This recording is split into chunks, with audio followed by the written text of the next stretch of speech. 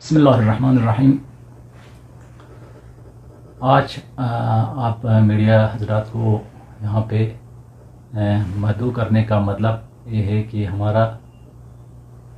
बरू मिंजी constituency LHDC Kargil में जो कि एक ख़ास कंस्टिट्यूंसी है,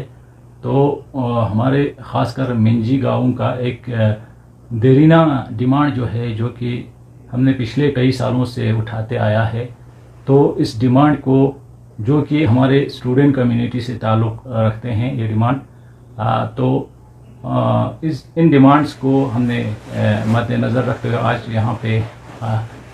ख़ासकर हमारा ऑनरेबल LG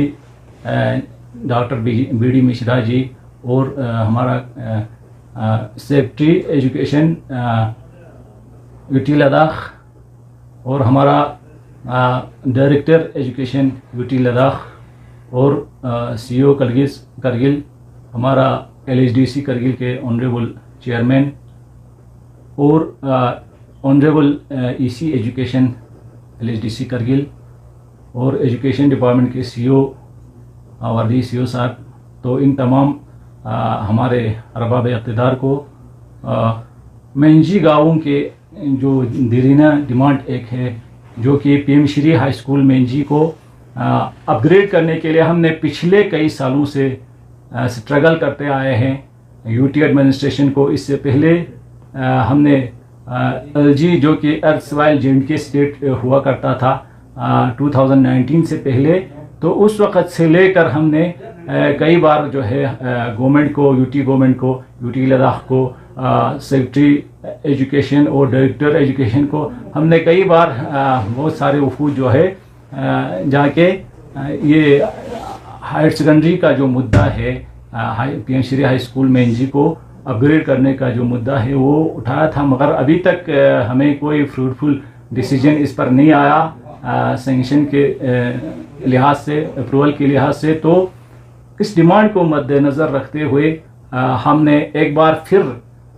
सरकार से पुरजोर अपील करते हैं कि सरकार, पिछले कई बार जो हमने डिमांड रखा था उसमें सरकार का यही कहना था कि आप लोगों का फीडिंग कोई हाई स्कूल नहीं। तो हमारा कहना ये है कि हमारा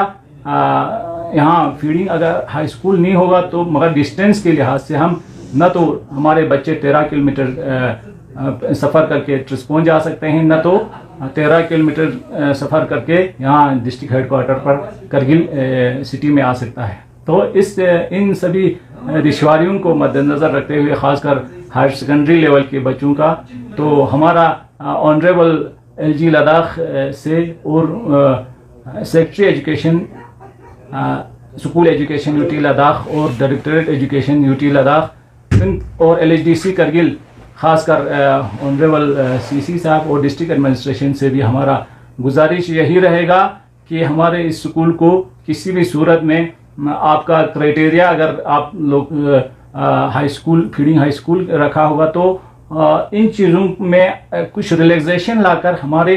पॉपुलेशन को मद्देनजर रखता है, क्योंकि यहाँ सर से राइट सरसे से लेकर सरसे चेतेथांग, ग्रामथांग, मेंजी गोमा और मेंजीगोंड से यहाँ छुटुक तक और दरिया के उस पार में भी 2-3 गाँव जो है हमारा high school PM Shri high school पर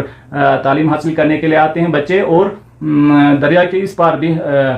छुटुक हाइट्स तक जो है वो हमारे फीडिंग एरिया होता है हाई स्कूल मिंजी का। तो इन सभी चीज़ों को मद्देनज़र रखते हुए हमारा स्कूल का जो है अपग्रेडेशन किया जाए हायर सेकेंडरी लेवल तक। तो एक बार फिर हम और हमारे ऑनरेबल काउंसलर साहब से भी हम इसी डिमांड को लेकर गुजारिश करते हैं आप लोगों के माध्यम से, आप लोगों की वसातत से, कि वो भी इन चीज़ों को इनको पहले ही ऑलरेडी हमने उनको मालूम भी है ग्राउंड रियलिटी क्या है। तो इन सभी चीज़ों को मद्देनज़र रखते हुए ये अपग्रेडेशन का मसला जो है जल्द से जल्द हमारा अप्रूव होना चाहिए। तो इसमें आप लोगों से हमारा गुजारिश यही रहेगा।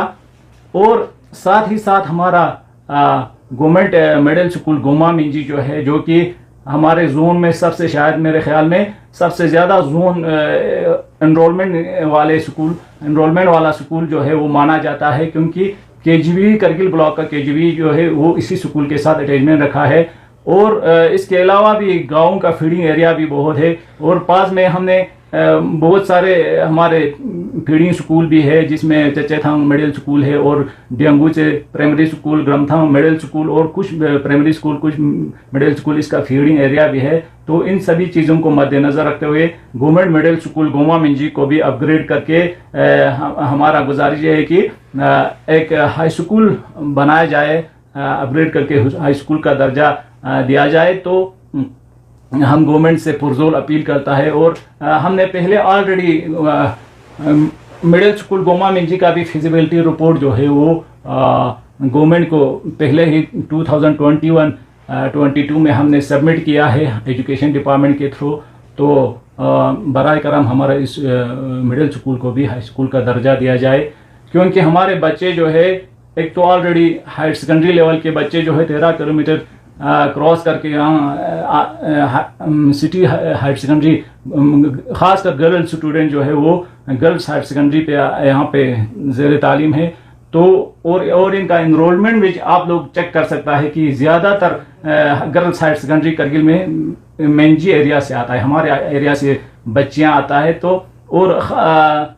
इसके अलावा higher secondary boys higher secondary school Baru में जो कि वाक़ है, तो वहाँ पे भी ज़्यादा इनरोलमेंट जो है हमारे एरिया से आता है। तो और इन सभी चीज़ों को मद्देनज़र रखते हुए ये अपग्रेडेशन जो है बहुत हमारा देरीना मांग है, तो ये ज़रूर हल होना चाहिए। और साथ ही साथ हमारा यहाँ पिछले 2 सालों से पब्लिक ट्रांसपोर्ट जो है हमारे सड़कों से गायब है, ख़ासकर मेंजी एरिया में, क्योंकि पब्लिक ट्रांसपोर्ट जो है अवेलेबल न होने की वजह से हमारे बच्चों को सुबह शाम बहुत सारी तकलीफ़ें बर्दाश्त करना पड़ता है। तो इस ज़मीन में भी मैंने कई बार पिछले जनरल काउंसिल बजट्स में भी ये मसला उठाया था, शायद ऑन रिकॉर्ड होगा। तो मगर अभी तक कोई गवर्नमेंट ने इन पर कोई खातिर खा कदम नहीं उठाया। तो हमारा रिक्वेस्ट यही डिस्ट्रिक्ट एडमिनिस्ट्रेशन और ख़ासकर LHDC करगिल से ऑनरेबल CC साहब, ऑनरेबल EC एजुकेशन से और CO साहब से ही, डायरेक्टर ऑफ एजुकेशन से ही रिक्वेस्ट रहेगा कि हमारे यहाँ पब्लिक ट्रांसपोर्ट जो है यहाँ पे मुहैया किया जाए। बहुत सारे इलाकों में अल्लाह के फजल से ई-बस चलते हैं और हमारे मिंजी में अभी तक कोई ई-बस वगैरह या गवर्नमेंट ट्रांसपोर्ट जो है अभी तक कोई ऐसी फैसिलिटी नहीं है। तो हम अपने ऑनरेबल काउंसलर साहब को आप लोगों के माध्यम से ये भी गुजारिश करते हैं कि हमारे स्टूडेंट्स की इन परेशानियों को मद्देनज़र रखते हुए हमारे इलाके में एक कम से कम गवर्नमेंट ट्रांसपोर्ट भी चलाया जाए तो बड़ी मेहरबानी होगी। तो इन्हीं चीज़ों को लेकर हम डिस्ट्रिक्ट एडमिनिस्ट्रेशन से भी गुजारिश करते हैं, खासकर DC साहब, वर्दी DC साहब से, कि हमें एक ई-बस जो है वो किसी भी सूरत में प्रोवाइड किया जाए, क्योंकि स्कूलें जो है वो और भी ओपन होने को जा रहा है। तो हमारे बच्चे आने वाले टाइम में मुझे लगता है बहुत कुछ फेस करना पड़ सकता है। तो इससे पहले आप लोगों से गुजारिश है कि हमें किसी न किसी सूरत में ट्रांसपोर्ट सिस्टम जो है वो फराहम किया जाए, जब तक हमारा PM श्री हाई स्कूल जो है वो हायर सेकेंडरी का दर्जा इसको अप्रूव ना हो जाए। तो हम अपने ऑनरेबल काउंसलर साहब से भी उम्मीद करते हैं कि वो भी शायद उन्होंने भी प्रपोजल मूव किया होगा UT एडमिनिस्ट्रेशन को डायरेक्टर ऑफ एजुकेशन के थ्रू। तो इंशाल्लाह हम उम्मीद करते हैं कि हमारा स्कूल जो है जल्द अपग्रेड हो जाए। तो यही आप लोगों से तकाजा था। तो मैंने कई बार मैं अपने ये वर्बल जो है वो आप लोगों की वसातत से नहीं कहता हूँ कि मैंने बिल्कुल प्रूफ इसमें 2019 से लेकर जब से एब्रोगेशन ऑफ आर्टिकल 370 हुआ था तब से लेकर आज तक जो है मैंने 3 बार डायरेक्टर ऑफ एजुकेशन के थ्रू यहाँ पे से प्रपोजल मूव किया है। पूरा फॉर्मेलिटी जो भी होता है फिजिबिलिटी रिपोर्ट्स वगैरह जो है वो मूव किया हुआ है, ऑलरेडी गवर्नमेंट को फॉरवर्ड किया गया, मगर अभी तक इन चीज़ों पर कोई अमल दरामद जो है नहीं हुआ अप्रूवल के लिहाज से। तो ये हमारे अप्रूवल्स हैं उस वक़्त, ये हमारे रिकॉर्ड्स हैं जो कि हमने UT एडमिनिस्ट्रेशन को इससे पहले भी और बहुत सारे एजुकेशन डायरेक्टर्स के टेन्योर जो है इसी दौरान ख़त्म हुआ। तो श्री मुमताज़ अली साहब था उस वक़्त डायरेक्टर एजुकेशन UT लद्दाख, तो उस वक़्त भी हमने प्रपोजल फॉरवर्ड किया था हमारा डिमांड जो है। और इसके बाद डॉक्टर सफदर अली IRS था, उन उस टाइम में भी हमने प्रपोज़ल सबमिट किया 2 बार, तो अभी तक कोई इनका पॉजिटिव रिस्पांस जो है हमें एडमिनिस्ट्रेशन से और सेक्रेटरी एजुकेशन की तरफ से नहीं आया। तो हम उम्मीद करते हैं कि इस बार जो है हमारा आवाज़ को अब सुना जाए। बहुत बहुत शुक्रिया।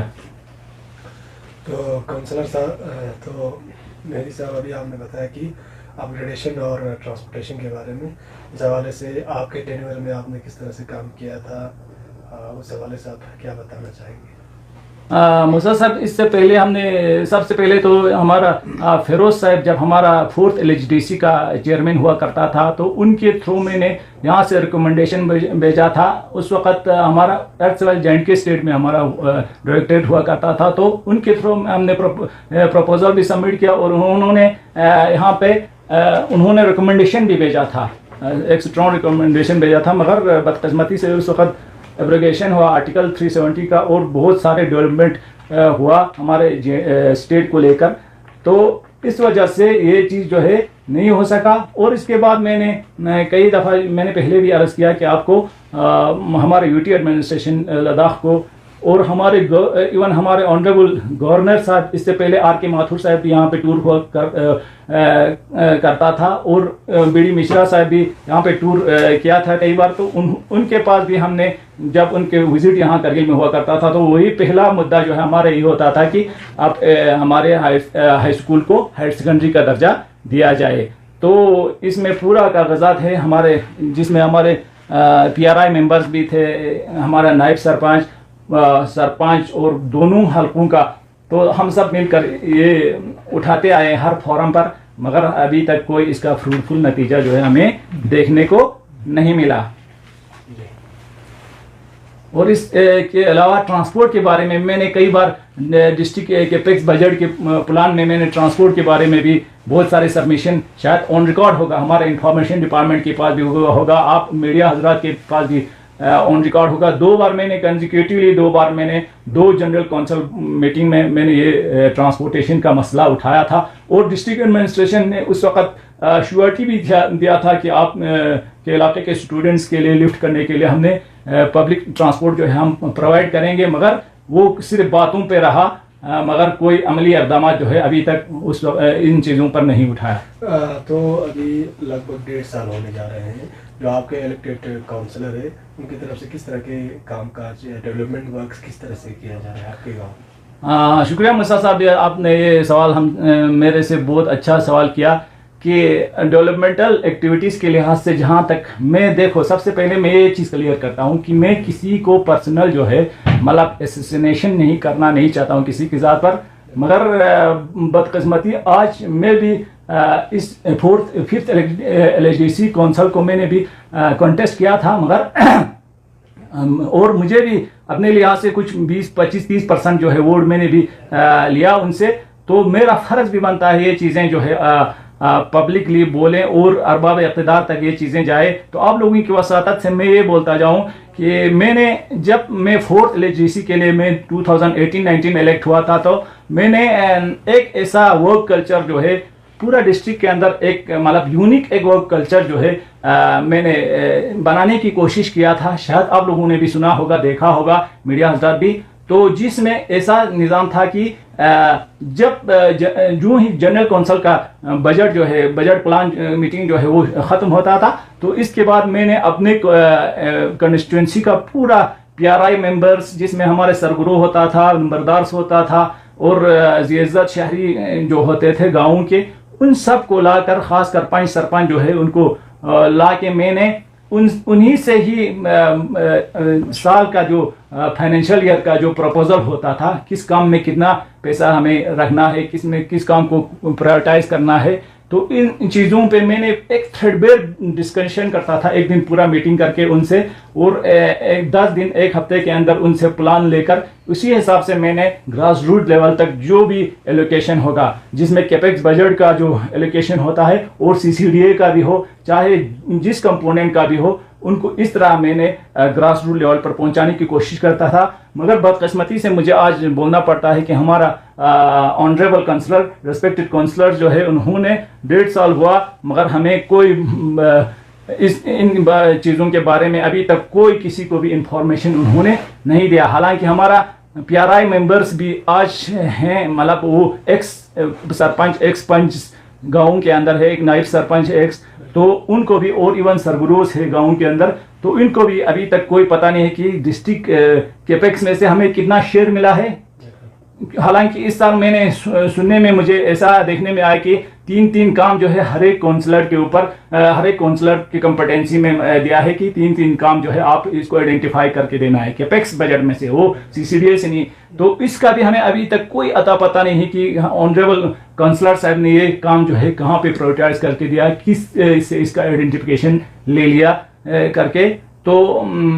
और इसके अलावा जो CCDA में से अगर दिया होगा तो वो भी PRI मेंबर्स को भी कॉन्फिडेंस में लिए बगैर, गाँव वालों को भी कॉन्फिडेंस में लिए बगैर जो है उन्होंने अपने हिसाब से, पता नहीं उसने कैसे मतलब आइडेंटिफिकेशन करके दिया। उन चीज़ों के बारे में मैं उनसे जानना चाहता हूँ कि क्योंकि पब्लिक भी पूछ रहे हैं, आज हमारे लोग भी पूछ रहे हैं कि आप लोगों को क्या कॉन्फिडेंस में लेते हैं नहीं कि आप हमारे यहाँ काम क्या हो रहा है। हालांकि बहुत सारे काम जो है मैंने काउंसलर साहब को खुद दिखाकर, मतलब साइड पे जब वो मुझे बुलाते थे तो मैं साइड पर इनको दिखाता था कि फलाना ये रोड का अपग्रेडेशन ज़रूरी है, सबसे प्रायोरिटाइज देना है, फलाना रोड का मैकेनिज्म ज़रूरी है। तो पिछले साल उन्होंने शायद अक्टूबर नवंबर में उन्होंने बरू का पूरा एरिया जो है वो मैकेडमाइज किया। चलो मैं इसके अगेंस्ट नहीं हूँ, चलो वो करना भी चाहिए, मगर मेंजी में इतना रोड्स था जो कि मैकेडमाइज करने का उसको बहुत ही ज़रूरत था। शायद बहुत सारे रोड जो है अपग्रेडेशन करने का, उनको बिल्कुल इग्नोर करके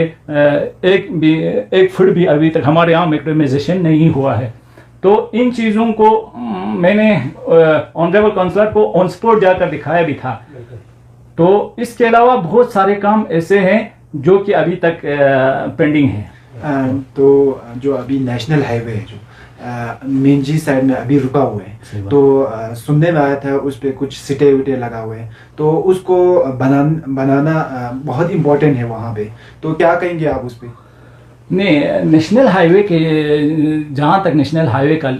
ताल्लुक़ है तो इसमें मेंजी साइड में ज़्यादातर पोर्शन जो है वो किसी को पेमेंट भी हो गया है और बहुत सारों को पेमेंट भी अभी नहीं हो गया है। और बहुत सारे जगहों पर एजेंसी ने जो है, कॉन्ट्रैक्टर ने, मैं खुद भी शायद मैंने इसी साल समर में मैंने आपकी मीडिया की वसातत से हाईलाइट भी किया था, बहुत सारे जगहों पर ऐसे हमारे रोड का हालात, ये जहाँ तक बरू से मिंजी का जो स्ट्रेच जो है ना, वो इतना खड्डे और अबतर हालात में रखा है कि वहाँ पे गाड़ी का तो क्या सवाल, घोड़ा भी चलने को बहुत दुश्वार होगा। तो आप लोग रोज देख रहे हैं, तो हमारा ऑनरेबल काउंसलर साहब भी देख रहे हैं। तो मैंने मीडिया को लाकर NHIDCL का उनका मैनेजर को भी वहाँ पे ऑन सपोर्ट लाकर ये चीज़ें हाईलाइट किया था। अभी तक ना पेमेंट भी पूरी तरह नहीं हुआ है प्रोसीजर कंप्लीट करने के बाद, और ना काम जो है वो काम का प्रोसेस भी नहीं हुआ है। बहुत सारे जगहों पर ऐसे खड्डे बने हैं जहाँ पे इंसान तो क्या जानवर भी चलने के काबिल नहीं है। तो मेरा अपील यही रहेगा कि इन चीज़ों को भी हमारा ऑनरेबल काउंसलर जो है वो डिस्ट्रिक्ट एडमिनिस्ट्रेशन और कंसर्न एजेंसी के साथ ये चीज़ें भी उठाए। जो आपके ट्यूनर में जो आपने काम रखे थे उसका प्रोसीजर, प्रोस्पेक्टस कहाँ पे है, उसका अभी तक स्टेटस कहाँ पे पहुँचे? जहाँ तक मेरे टेन्योर का सवाल है 4th LHDC में, तो उस वक़्त इवन हमारे लद्दाख में बहुत सारे डेवलपमेंट्स हुआ हमारे LHDC के मतलब ताल्लुक़ से और हमारे गवर्नमेंट के ताल्लुक़ से। तो बहुत मैंने अपनी तरफ से इतना कोशिश किया था कि बहुत सारे काम जो है मैंने डिस्ट्रिक्ट कैपेक्स के अंदर डालकर बहुत सारे काम जो है वो गवर्नमेंट से भी मैंने भीख मांग कर बहुत सारे काम जो है वो सेंक्शन किया था। हालांकि उस वक़्त कोविड-19 का भी 2 साल इसी वजह से हमारा पूरा डिस्ट्रिक्ट लॉक रहा, SOPs फॉलो करना पड़ा। तो इन सभी चीज़ों के मद्देनज़र भी हमने PRIs का, जैसा कि पहले भी बोला, PRIs मेंबर्स का मैंने इनसे भी कंसल्टेशन लेकर और गाँव के सरगुरु वगैरह से भी कंसल्टेशन लेकर बहुत सारे प्रोजेक्ट्स को मैंने सेंक्शन कराया था। तो इसमें से ख़ास बात जो है वो हमारे मौज़ा बरू का, जो कि खुशुकसाली के लिए डिस्ट्रिक्ट में माना जाता था, तो उनका जो लिफ्ट इरिगेशन स्कीम था जो कि 2004 में सेंक्शन होके चल रहा था, तो वो उस दौरान जो है 1920 के दौरान बिल्कुल वो बैठ गया था, वो मशीनें बैठ कर बिल्कुल अबतर हालात हुआ था। तो इस चीज़ को मैंने फिर से पूरा रिप्लेस करने का काम जो है मैकेनिकल डिपार्टमेंट के थ्रू किया। तो आज मैं ये चीज़ बोलना ज़रूरी समझता हूँ कि हमारा कुछ ऑफिसर्स जो है, अपना लोकल ऑफिसर्स, उनका जो है वो हौसला अफजाई होना भी चाहिए। हमारा आज जो प्रेजेंटली हमारा एग्जाम मैकेनिकल हसन मामूरी साहब, जो कि जिनको मैं कभी नहीं बोलूँगा, क्योंकि उन्होंने अपना ज़ाती इसमें एफर्ट लगाकर पूरा अपना डिपार्टमेंट को मोबिलाइज करके बरू का लिफ्ट इरिगेशन जो है मेन उसी से, अगर आज वो रिप्लेस नहीं किया होता था, पूरा सम से लेकर उनके रिजर्वर से लेकर पाइप और पूरा मशीनरी जो है उन्होंने बदल के नया बना के अभी बरू जो है इसी पर, मतलब बरू पूरा गांव को फीडिंग हो रहा है, सैराब हो रहा है। तो इसके अलावा बहुत सारे और भी मैंने क्योंकि हमारा पूरा एरिया जो है वो स्प्रिंग फीडिंग एरिया है, मतलब दरिया से ज़्यादा पानी इनको नहीं पहुंचता है। तो इसके अलावा मैंने कोशिश करके मेंजी में 2-3 लिफ्ट इरिगेशन शुरू किया है। अभी इसमें मेंजीगोंड वाले में भी कुछ परसेंट जो है 20% या 30% के काम हुआ होगा लिफ्ट इरिगेशन मेंजीगोंड का। और इसके अलावा योगमा मिंजी में एक लिफ्ट इरिगेशन वचेवल करके है, वो उससे भी पूरा योगमा मिंजी का पूरा आधा हिस्सा जो है वो सैराब होने वाला है। तो वो भी तकरीबन कंप्लीट स्टेज में है, अभी 90% काम हुआ है, शायद 5 या 10% इस पर काम करना बाकी है। तो मुझे ये भी ऑनरेबल काउंसलर से जानना चाहता हूँ कि वो लिफ्ट इरिगेशन जो है पिछले 1.5 साल से क्यों शुरू नहीं हुआ। अभी तो शुरू होकर गवर्नमेंट पब्लिक को इससे फ़ायदा पहुंचाना चाहिए था। इसके अलावा और एक लिफ्ट इरिगेशन स्कीम जो है गोमा मिंजी में है, वो सोलर लिफ्ट इरिगेशन स्कीम है। इस पर पिछले साल काम होके तकरीबन 50-60% जो है काम पूरा हुआ है। 2.5 करोड़ का वो प्रोजेक्ट था, तो वो अभी काम चल रहे हैं उस पर जोरों से। तो इसके लिए भी मैं इरिगेशन डिपार्टमेंट का बहुत थैंकफुल हूँ अपने पूरा पब्लिक की तरफ से, कि इसमें खास कर हमारा करगिल डिवीजन के जो एडवली असिस्टेंट एग्जीक्यूटिव इंजीनियर हमारे सादिया गुल साहब है, उनका नाम मैं लेना चाहता हूं। उनको हमारे पब्लिक की तरफ से उनका शुक्रिया अदा करता हूं कि उन्होंने उस चीज़ को जो लैंड डिस्प्यूट वगैरह का रिजॉल्व करके उन्होंने फिजिबिलिटी देखकर बहुत सारे मतलब पर्सनल इंटरेस्ट दिखाकर इन चीज़ों को करने की कोशिश की, उस प्रोजेक्ट को खासकर गोमा मिंजी का। तो उसके लिए मैं उसका शुक्रगुजार हूँ, उनके पूरा डिपार्टमेंट का, उनके फील्ड स्टाफ का। तो भी चल रहे हैं। तो ज़रूरत यह है कि आइंदा फंडिंग का सिलसिला जो है वो हमारा ऑनरेबल काउंसलर जो है इन चीज़ों को रुकने नहीं देना है। और इसके अलावा बहुत सारे प्रोजेक्ट्स हमारे बरू में, और एक प्रोजेक्ट है सबसे बड़ा शायद लिफ्ट इरिगेशन प्रोजेक्ट हमारे डिस्ट्रिक्ट में होगा, वो है ब्रिंगमोस्पंग टू बरू गोमा करके एक लिफ्ट इरिगेशन स्कीम, जिसको मैंने पूरा डिपार्टमेंट्स जितने भी डिपार्टमेंट इनमें इन्वॉल्व होता है, तो इसमें irrigation department, mechanical department, PDD department, जितने भी डिपार्टमेंट इसमें इन्वॉल्व हो उन सब को लेकर मैंने वो भी सर्वे करा के, सेंक्शन करा के, सर्वे करा के और इसका अकॉर्ड करके वो काम भी चल रहा है। तकरीबन 15 से 20% उसमें भी काम हुआ है। अगर वो प्रोजेक्ट जो है कामयाब हो जाएगा तो बरू गाँव को बिल्कुल कहीं से भी पानी लाने की जरूरत नहीं पड़ेगा, उनको पूरा साल भर सैराब होते रहेगा। तो ये चंद प्रोजेक्ट थे मैंने। और इसके अलावा जो है स्कूल इंफ्रास्ट्रक्चर जो है मैंने बनाया है। गवर्नमेंट हाई स्कूल बरू में एक ऐसा मल्टीपर्पज हॉल बनाया है जिसमें पूरा इस एरिया का क्लस्टर का पूरा बच्चे जो है इसमें एक साथ आ सके, क्योंकि इनको एग्जामिनेशन के टाइम में जितने भी हेडक्वार्टर पर, डिस्ट्रिक्ट हेडक्वार्टर पर जो भी ट्रेनिंग एग्जाम वगैरह होता था वो हाई स्कूल बरू पे लाता था। तो इनको उनके स्टाफ का